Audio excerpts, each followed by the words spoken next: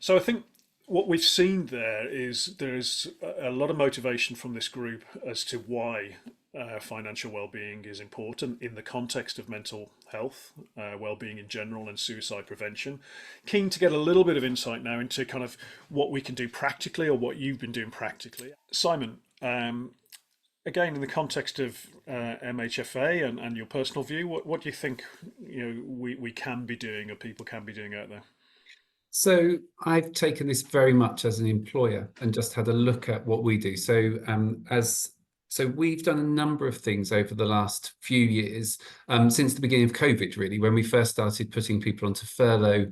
And the first was of actually having the conversation in the workplace and reminding people that this isn't an issue which we shouldn't talk about, and thinking about financial well-being in that context. We then looked at what we could do as an employer to help people with the money that was already there. So things like pensions advice. I don't know about you, but I got to at least 40 before I understood really what I was doing with my pension. I'd always been able to put some money in, but I didn't really know what was happening to it. So we tried to make sure that we demystified some of those things. We've introduced a salary sacrifice scheme. We had FinWELL introduce some sessions. We've introduced a Medicash benefit, which brings together some healthcare and make sure that people can access the flu jabs and ice, spectacles and all those sorts of things, as well as then bike loans. The things that have gone down most the things that have gone down best have been the salary sacrifice, because people can see the benefit of that directly. But interestingly, actually, the sessions which we had about budgeting and about saving and about how to do that in way, and that surprised me. I guess I don't know why it surprised me, but I remember thinking, I wonder whether we'll get any good take up from this. And it was one of the things that people really, really highlighted. So for me, it's very much about, how do you bring this into the space? How do you help people, as Alice was talking about, people with their saving, people with their planning, people with budgeting. And of course, making sure that we are a London living wage employer, that we can do all the planning we like, but if we haven't got enough money to live, which I think was Natasha's point, for the bare essentials, then we have a problem. And that's where that bigger societal problem is that we should all be concerned about. So, yeah. Brilliant. It strikes me again, the financial education that you delivered on budgeting, that obviously provides the direct benefit of increased knowledge on how to budget, but I think probably also addresses the stigma of financial wellness a little bit as well, doesn't it? It gets people talking about it, it gets it more into the open, and would have a positive effect in that way. So I love that. Thank you for sharing. Can I just add one thing on that? Of course, the bit which it really did was generated a peer-to-peer conversation, because people had good apps, people had good techniques, good tricks. They knew which supermarkets sold, deodorant or whatever at a slightly cheaper price, and it really created a hub of activity, which I think was the bit which really interested me about it. We've got so much knowledge, but because we don't talk about it, we don't share it, and that was what that really stimulated, which I thought was great. Yeah, I love it. And we can gain so much from our peers if we open up the conversation and create a safe space to do so, which you've done there, which is brilliant. So thanks again.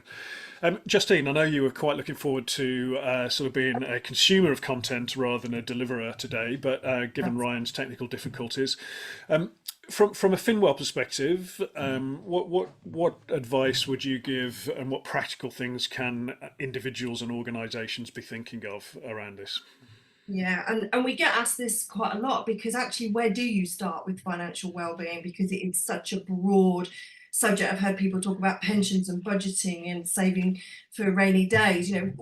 Everyone's different, right? And when you've got a lot of employees, so what we suggest is take a very small approach to begin with and test the water, because actually you don't know what your people need until you ask them. And we do that through gathering data and gathering feedback, so that we can then work long term and build in different solutions. I think the next thing I would say would be different solutions. So, not everybody is going to want to rock up to a webinar and learn about, budgeting, for example. So I think it's important people have access to credible content and credible resources, so that, you're not just Googling, how to get out of debt. So, there is credible resources. I think there is a place for one-to-one support as well, and not just advice. Let's be clear, there is a difference between guidance and advice. So, guidance is very much helping someone, holding their hand, signposting to effective organisations without going down a financial advice route. So I think there's a place for that as well. And then I think the other top tip would be to consider your existing champions, your existing people within the workplace, because most workplaces will have mental health first aiders or wellbeing ambassadors. And actually, how can we equip those people with some of these financial wellbeing skills to then go on and help others in the workplace? So I would just say, start somewhere small. This isn't something you can just fix in one webinar. That's not going to fix everyone's financial well-being. So yeah, hope that's okay, Rob. That's perfect, thank you. So yeah, listen and start small, two very worthy things to think about when you're starting this journey. Hannah, you've been on this journey for a while. You won actually the InsideOut Awards category for financial wellness last year, which is great to see. What sort of things have you been doing at Hayes? So we started really by taking stock of what we already had that might fit under the banner of financial wellbeing, because we'd never really looked at it through that lens before. So little things like lifestyle discounts and shopping discounts and things like that we could offer. We started to just make sure that all of the things that came under this banner were accessible in one place. So essentially reorganizing our intranet really and making that much more accessible for people. What we also wanted to do was acknowledge that because we operate in an industry whereby it's variable pay, so it's a commission-based environment, we really wanted to highlight how that adds an additional complexity around how people manage their money, because they aren't being paid the same amount of money each month. So that's where we really worked with FinWELL to look at how we deliver basic money management sessions for people to understand how they therefore need to budget when they don't know exactly how much they're going to be picking up every month. That then has led into how we sort of build on that, which is through a series of different workshops that we have run with FinWELL, looking at different aspects of financial wellbeing and recognizing that, as everybody's already said, we're all in a completely different place. Some people are thinking about preparing for retirement. Other people are thinking, I'm going through divorce. I'm all of a sudden starting again financially. So it doesn't really matter where you are in the stage of your career. There is something you could probably be doing better when it comes to your own financial wellbeing. So really trying to look at how we can empower people to understand that and then take what's right for them. And we've done that through various means. So we have used some of the one-to-one financial wellbeing coaching sessions, which have proved really valuable. And that's actually helped inform other things that we've done. So for example, as a result of that, we discovered that that we got a number of people that were carers, and that was adding an additional financial burden to people's situation, which was having a knock-on impact on their mental well-being. And therefore we've now created a carers drop-in session that enables people to again access that peer-to-peer support.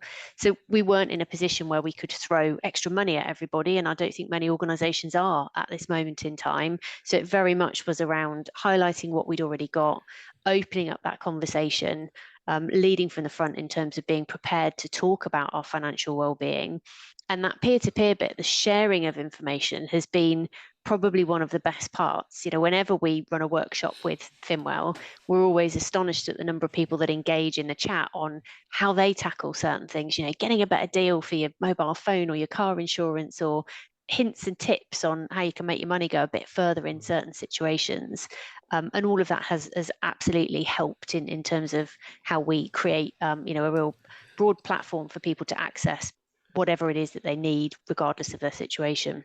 Yeah, love it. Thank you so much. And again, that idea of peer-to-peer sharing and creating a safe environment. But I think the other thing that I've taken away from what you've just said is the specificity of it all. So in your industry, variable pay, but also different life stages or different life events that people might face. So, again, the broad brush kind of one shot fits all type thing isn't going to work for everybody. So again, thank you for that insight. So we will be taking your questions. So do think of your questions. Nuz will be kind of fielding questions once we've heard from our last couple of panelists on this. So Natasha, back to you. On financial wellbeing, what sort of things have you implemented in the police force down there? Yeah, so as I mentioned, we've been working with FinWELL for probably about the last 18 months or so. So they've been delivering lots of webinars for us and all the other fantastic support that they offer, which has been great. We've had to kind of break down some real, probably quite unique barriers within the police because, for example, lots of people historically have been concerned that if they raise the fact they are struggling financially, that it might impact on their vetting. So we have to go through quite a strict vetting process, as you can imagine, especially in some roles.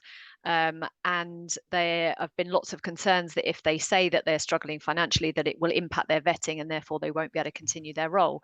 Actually, we've had some really clear advice from our vetting department that that if people are honest about their financial situation, then we can absolutely step in and support them. If people aren't open and honest and they're struggling, that's when they're then vulnerable, which then will impact their vetting. So just that simple conversation, making sure that people are aware of that has been really important.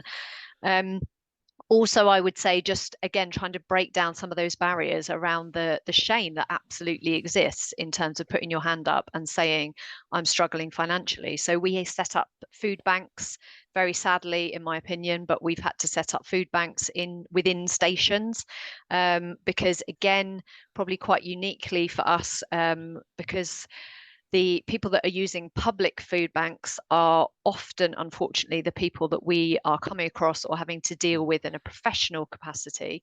And it can then, for lots of different reasons, make it very difficult for us to then engage and kind of use those facilities. So actually, we've set up food banks internally within our stations where, lots of people have donated.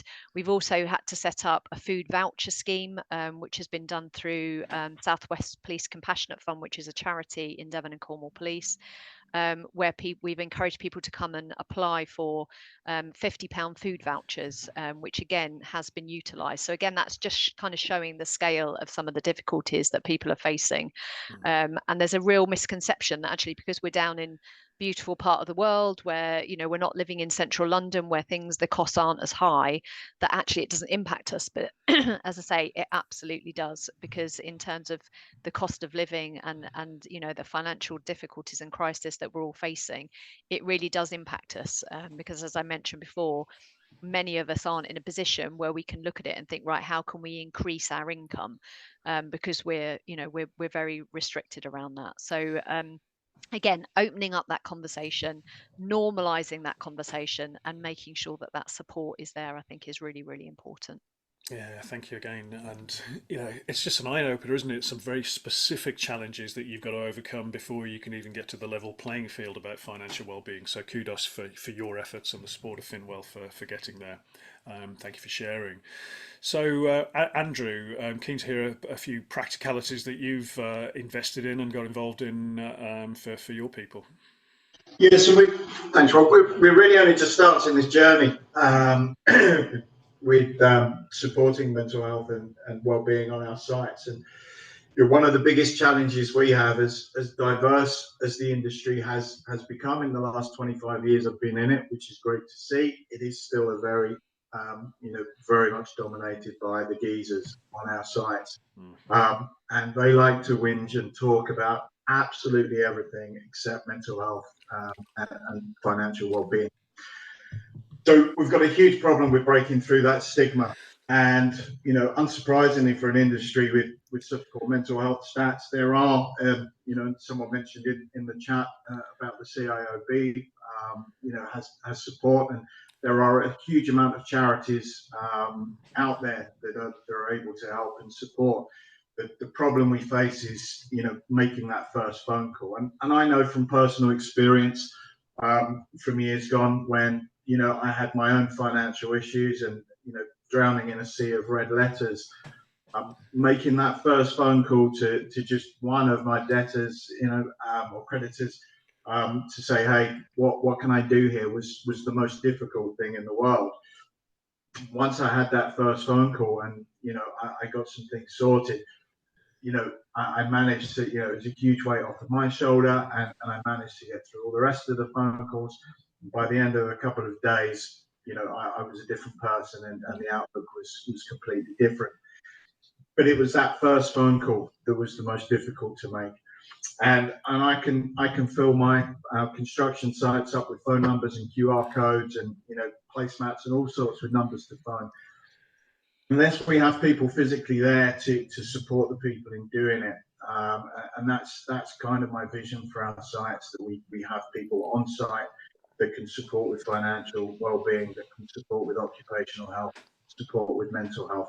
There's a door that they can knock on, a physical person they can talk to, someone that can say, let's make that phone call together. I'm here, I'll support you, I'll take over the conversation if need be. Once they start doing that, that's the road to them getting, seeing a brighter future and seeing the light at the end of the tunnel. For me, and with the construction industry and the stigma we almost have to force it on them. We almost have to take them and say, do this. Yeah, thank you. And again, some of the most rewarding talks I've done have been on sites and shop floors to bunches of blokes to help smash that stigma and get people to open up. So I think having champions on site that have that broad range of skills and signposting to be able to listen and signpost is really important. So kudos for what you're doing there. Let's start socializing these conversations. Yeah. We have toolbox talks on sites every day that say, make sure you wear your hard hat, make sure you're wearing your harness when you're working at height. Let's start including mental health. Let's start including financial well-being in those toolbox talks, because they're absolutely key to the health and safety of the people on my sites. Yeah, 100%. Thank you. Craig, again, back to you. A few practical ideas, if you will. Yeah, no problems. That's fine, Rob. I think practical ideas for us is to ask, to listen, and then to respond. So it's really important not to make assumptions about where you think people are.